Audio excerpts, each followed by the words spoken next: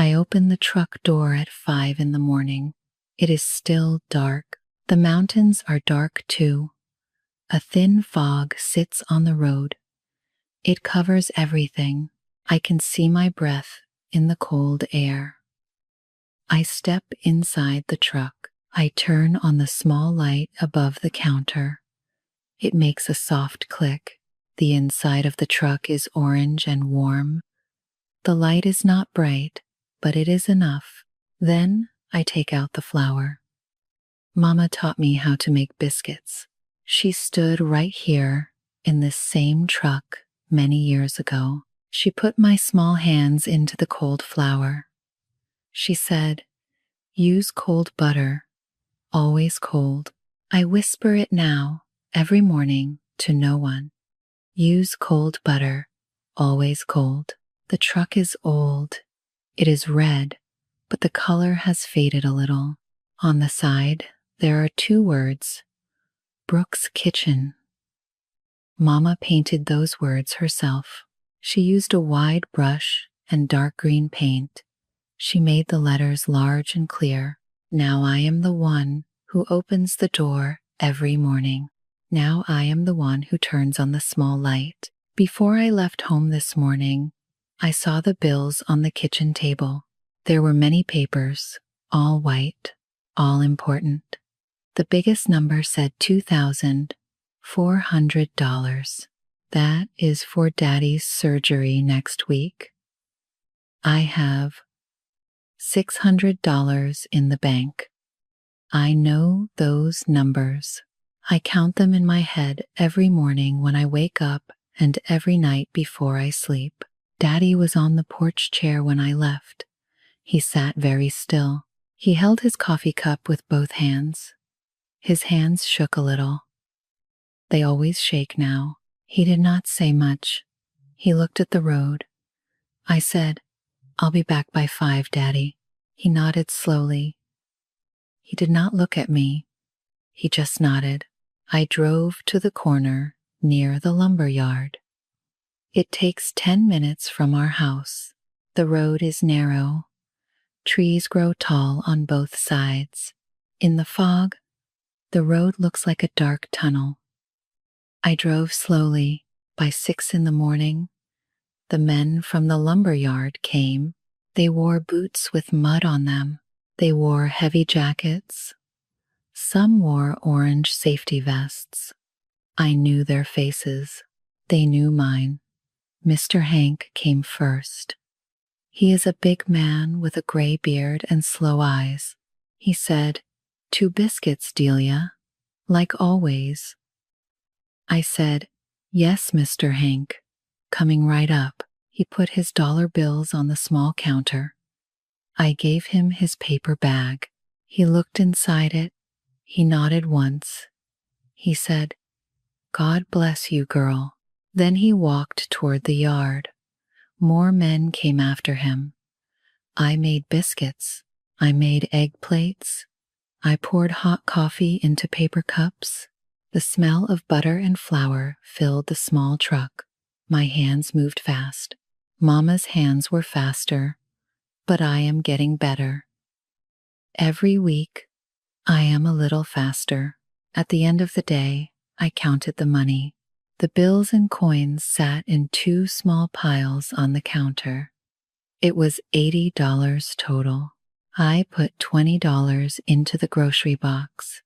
I put $60 into the bills box. The bills box had $340 in it now. It was not enough. It was never enough. I looked at the photo of Mama.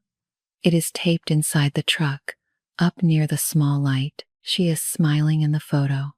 She stands next to this same truck. Her hair is short and her apron is white. I touch the edge of the photo. The tape is getting old and yellow. "I'm trying, Mama," I said quietly. "I'm trying." At home, Daddy was in his porch chair. He looked up when I walked to the steps. He asked, "How was the truck today?" I looked at his face. His eyes were tired. His hands still shook around the coffee cup. I smiled. I said, Good day, Daddy. Lots of people came. He nodded and said, Good. That's real good. He closed his eyes. It was not a good day. Fewer people came than yesterday. But I did not tell him that. I never tell him the bad things. He worries too much. His heart is not strong. The doctor said stress is bad for him. So I tell him the good things. Sometimes I tell him things that are not true. It is wrong, I know. I know it is wrong, but I do it anyway, because I do not know what else to do. That night, I lay in my bed. I looked at the ceiling. I thought about the bills box. I thought about Daddy's surgery. I thought about the flour and the cold butter. This truck is mine now. That is what I thought. This truck is mine. I will keep it going. The next morning, I opened the truck again. Same corner, same fog, same cold flour. The lumberyard men came. Mr. Hank first, like always. Then, just after 7, a large black car parked near the corner. It was clean and dark, not a scratch on it, not one spot of mud. It did not belong on this road. It looked like a car from a different world. A man stepped out. He wore a light blue shirt. It was pressed and clean. He wore dark shoes, not boots, shoes. His shoes were clean too. He was tall. He had short brown hair. He looked at the truck for a moment. Then he walked to the counter. He said, 2 biscuit sandwiches, please. His voice was calm and clear. I made the sandwiches. I put them in a paper bag. He paid with 2 clean bills. He took the bag. He stood at the counter and opened it. He took a bite. He chewed slowly. He looked out at the road. Then he looked at me. He said, Did you make these yourself? I nodded. Yes. He took another bite. He was quiet for a moment. Then he said, These are the best biscuits I have ever had. I did not know what to say. I said, Thank you. He nodded once. He walked back to his black car. He got in. He drove away slowly. He came back the next day, and the day after that. Who was he?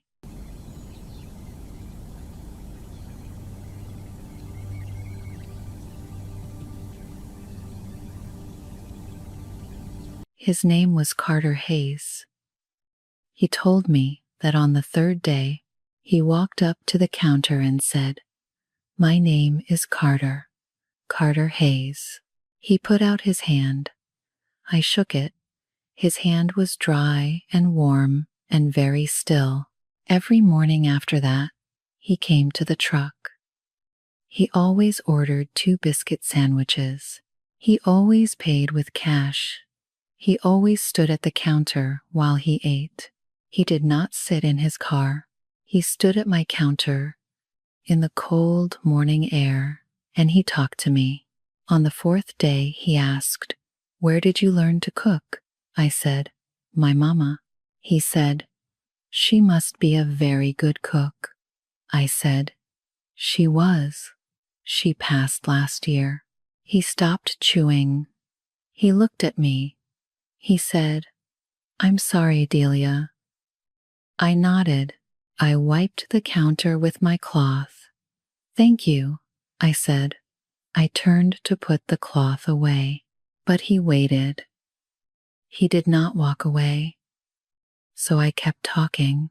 I told him Mama ran the truck for 15 years. I told him I was at Asheville Buncombe Technical Community College when she got sick. I came home to help. Then she passed. So I stayed. I did not go back to school. I just kept the truck going. He listened. He listened more. than most people do. He asked, "What time do you open?" I said 5 in the morning. "What time do you close?" I said 2 in the afternoon. "How many people come each day?" I said 30, maybe 40 on a good day. Then he asked about the food. He asked, "What makes your biscuits so good?" I said cold butter. I said a little bit of cream, not milk. He nodded. He said, "And the gravy?" He pointed to the menu. "The sausage gravy." "What's in it?" I smiled. I said, "That's a Brooks family secret." He laughed. "Of course it is." I laughed too. I turned back to the grill, but then I looked at him again. He was still smiling, but his eyes were looking at the truck. Not at me, at the truck, at the sign, at the menu. His eyes were very busy and very quiet. I did not think about it then. I went back to work. At home that night, Daddy asked his usual question. "How was the truck today, Delia?" I said, "Good, Daddy. Nice day." He nodded. His coffee cup sat on the small table next to his chair. It shook a little with his hand. He said, "You eat enough today?" I said, "Yes, Daddy." He said, "You seem far away." He looked at me with those tired eyes. I said, "I'm fine, Daddy, just tired." He nodded. He believed me. But I was not tired. I was thinking about Carter Hayes, about his clean black car, about his eyes that laughed but did not laugh. I did not know why I was thinking about him. I did not tell Daddy that. After 2 weeks of mornings at the truck, Carter said something different. He came just before I closed up one afternoon. The lunch crowd was gone. I was cleaning the grill. He walked up and said, "Delia, can I take you to dinner?" I looked at him. He said, "Just dinner. There's a small place on Main. Good food." I said, "I can pay for myself." He smiled. He said, "I know you can. Come anyway." We went. It was a small diner on Main Street. 4 tables and a counter with red stools, old wood floors. The lights were yellow and warm. It smelled like onions and pot roast and old coffee. A woman with white hair took our order. Carter ordered steak. I ordered a bowl of chicken and dumplings. Carter said, "Let me buy you dinner, Delia." I said, "I told you, I can pay." He said, "Let me anyway, please." He looked at me steady. I looked at my bowl. Then I said, "Okay, just this once." He said, "Just this once." He smiled. We talked. He asked if I ever wanted to leave the town. I said no. He waited. So I said more. "My daddy is sick. The surgery is next week. I have the truck. I have the corner. This is my life." He looked at me. He said, "Don't you want more?" I looked back at him. I said, "I have what I need." He was quiet after that. He asked about Mama some more. He asked how she got the truck. I told him she saved for 3 years, bought it used, painted the letters herself. He said, "And the recipes, are they all from her?" I said yes. He said, "All of them? The biscuits and the gravy?" I said yes. He nodded slowly. He cut his steak. He ate. After dinner, he drove me home.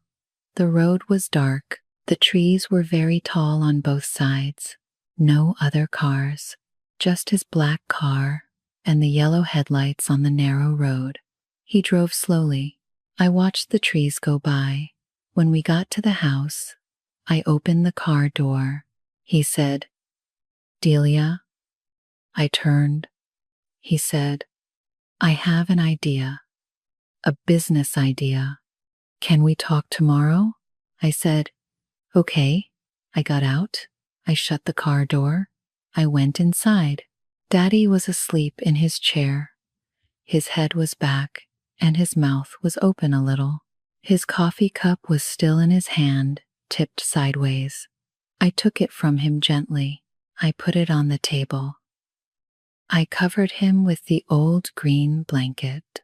I looked at the bills on the kitchen table, all white, all still there.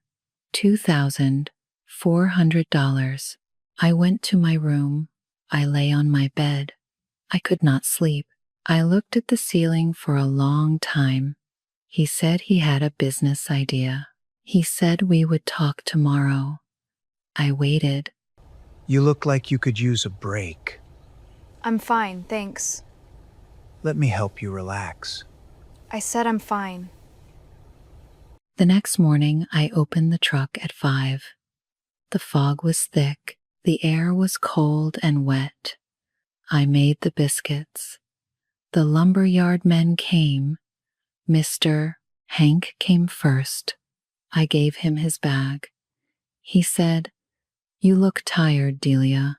I said, "I'm fine, Mr. Hank." He looked at me for a second. Then he nodded and walked on. Carter did not come at 7. He did not come at 8. I kept working. I made plates. I poured coffee. I wiped the counter. I looked at the road each time a car came. At noon, I was about to close the window. Then his black car turned the corner. He parked slow. He got out. He wore sunglasses today. Even with the gray sky, he walked to the counter. He said, "Delia, can we talk?" In my car. "It's quiet there." I looked at the truck. I looked at him.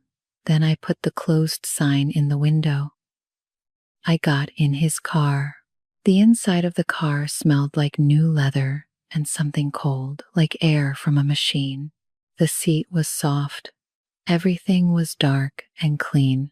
He took off his sunglasses and put them on the dashboard. He turned to face me. He said, "I want to be honest with you." He paused. "I work for a food company in Charlotte. We find real food, food with a real story, and we bring it to more people." He stopped. He looked at me. "Delia, your biscuits are real. Your mama's recipes are real. What you have here, on this corner, is something people in other places want." I said, "Okay." I waited. He said, "I want to buy your truck." I looked at him. He kept talking. "And I want the recipes. The biscuit recipe. The gravy recipe. We will open 20 Brooks Kitchen trucks across North Carolina. Your family name on every truck. More people will taste what your mama made." He stopped. He looked at me. "I want to buy it all, Delia. The truck, the recipes, the whole thing." I did not speak. So he said a number. $200,000. I heard those words. I heard them, but I could not say anything. I just sat there. I thought about the bills on the kitchen table. $2,400. And I had $600. He was saying $200,000. He let me sit quiet. Then he said, "And there's more." He leaned forward a little. His voice got lower. "I don't just want your truck. I want you to come with me. Come to Charlotte. Bring your father. I will get him the best doctors. You won't have to work like this anymore." I said, "Like what?" He said, "Like this. in a small truck, in a small town. You're better than this, Delia. I looked at him. I heard those words. Better than this. He said I was better than my truck, better than this corner, better than this town. He looked at the truck through the windshield when he said it. He looked at the hand-painted sign. He looked at the small window and the worn counter. He looked down on it. He looked down on everything that was mine. I did not say anything. I opened the car door. I got out. I walked back to the truck. He called after me. Think about it, Delia. I'll come back tomorrow. I did not turn around. I went into the truck and I closed the window. I sat inside the truck for a long time. The smell of butter and flour was still in the air. I looked at Mama's photo. She was still smiling. I put my hands on the counter. They were cold. That night, I told Daddy everything. I sat at the kitchen table across from him. I told him about Carter, about the company in Charlotte, about the $200,000, about the 20 trucks, about bring your father, we'll get him the best doctors. I did not tell any white lies, not one. Daddy listened. His coffee cup was in his hands. It shook. He did not speak for a long time. Then he said slowly, Delia, the money would help. My surgery, the bills. He stopped. He looked at the table. Then he looked at me. He said, but your mama. He stopped again. Your mama would say the truck is yours to keep, not to sell. He was quiet. Then he said, but you choose, child. You choose. I went to my room. I could not sleep. I thought about $200,000. I thought about Daddy's hands. I thought about the shaking coffee cup. I thought about the doctors in Charlotte. I thought about better than this. I turned in my bed. I looked at the dark ceiling. I thought, maybe he is right. Maybe I should go. At 11 at night, I got up. I got dressed. I got in my car. I drove to Route 19, the Lucky Pine Motel. Carter mentioned it one morning. He said it was small but clean, and they had a coffee machine in the hall. Room 7. He mentioned room 7. I drove slow. The road was black. The big trees stood still on both sides.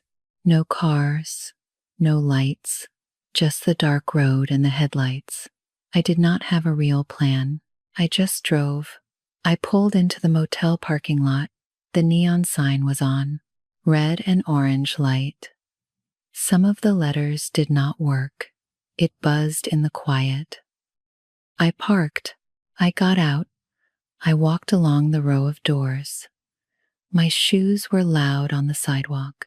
I got to room 7. The door was not all the way closed. There was a thin line of yellow light at the edge. I heard his voice inside. He was on the phone. He said, yeah, the recipe is solid. Old Appalachian biscuit. We can market it as authentic. People in Charlotte love that. He laughed once, a short laugh. Then he said, the girl? She's small town. She'll say yes for the money. Trust me. I've done this 3 times now. Get the recipe, get the brand story, ditch the girl. I stood there. My hands started to shake. 3 times. He did this 3 times before me. I was not a person to him. I was a brand story. Authentic Appalachian content. He said those words like they were nothing. Like I was nothing. Like Mama was nothing. I did not knock. I turned around. I walked back to my car. I got in. I sat there. The parking lot was quiet. The neon sign buzzed above me. The red letters blinked on and off. I looked out the windshield. The road was black. The big trees stood very still on the mountain. I did not cry. I just sat there. Then I started the car. I drove home. I parked in front of the house. Daddy's light was off. I sat in the car a little longer. The engine was off, and it was quiet. The cold came in slowly. I went inside. I went to my room. I lay down. I drove home. I knew what I would say tomorrow. I knew exactly.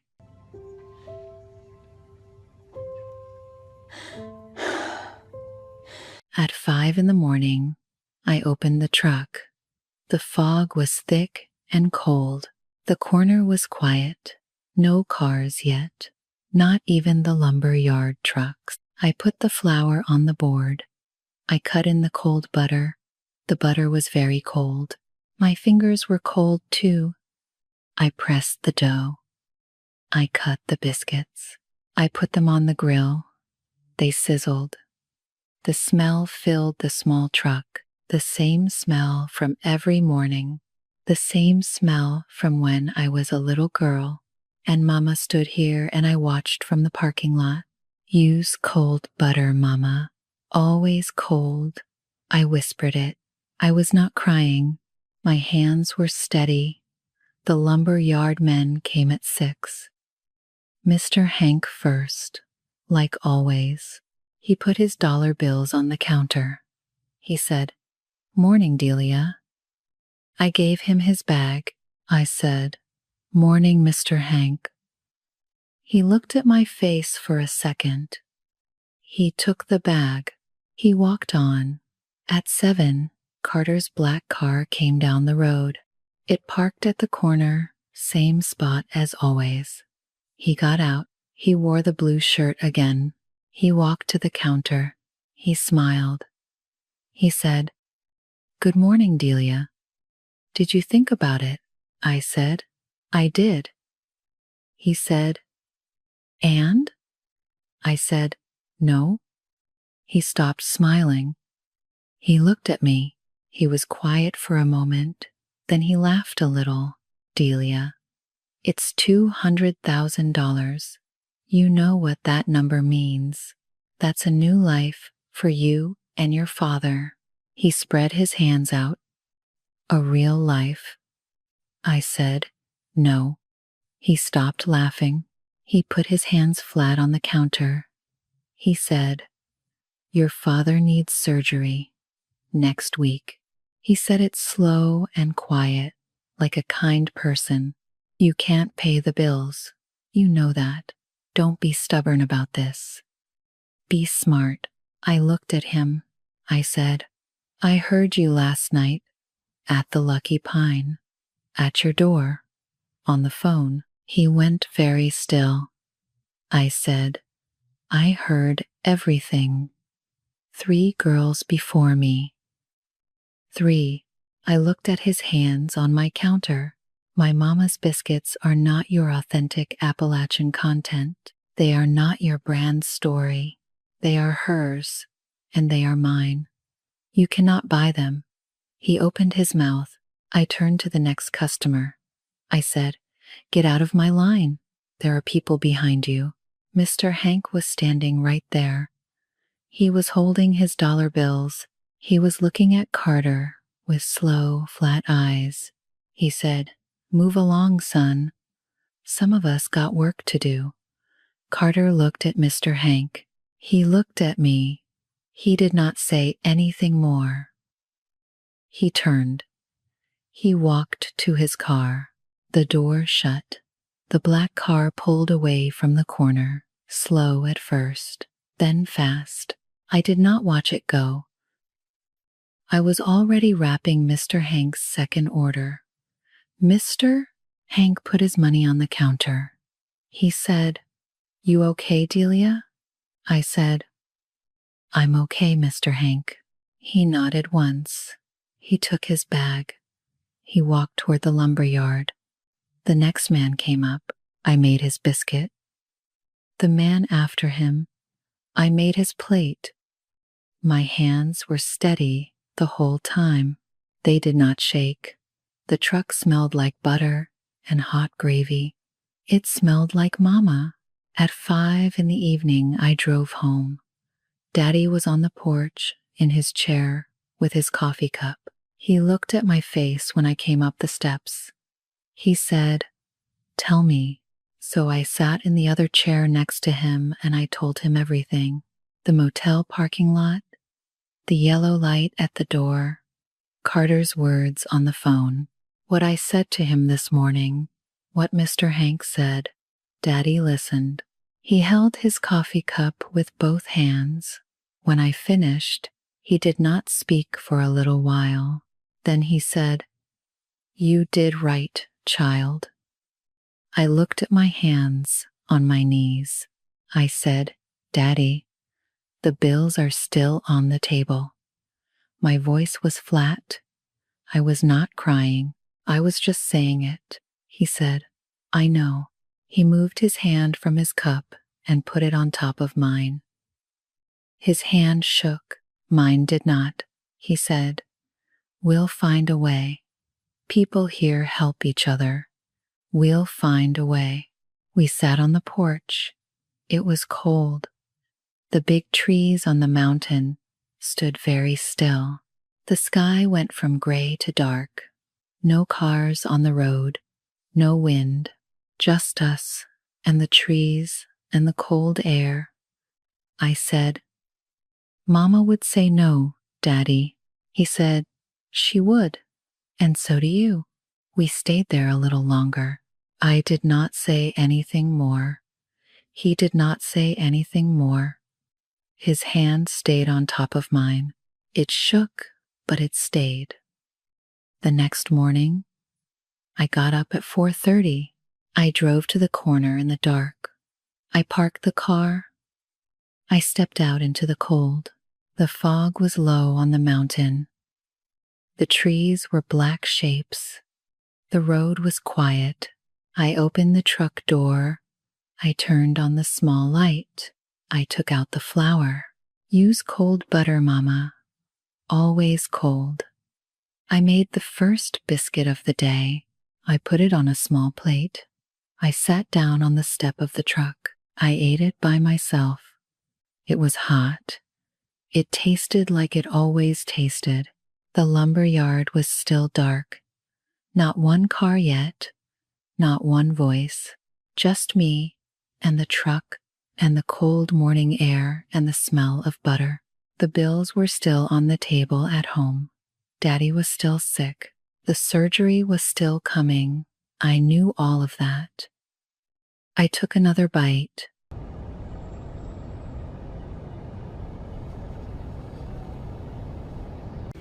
Get out of my lie. There are people behind you. That's not a lie. Not a speech. Not a breakdown. Just that. I'll be honest. When she drove to the motel at 11 at night, I was so scared for her. Not of Carter. Of what she might talk herself into. She didn't. The cold butter detail running from the whole story, that was got me. So what got you? Drop it below and I will read them all. Thank you so much for watching and see you in the next video.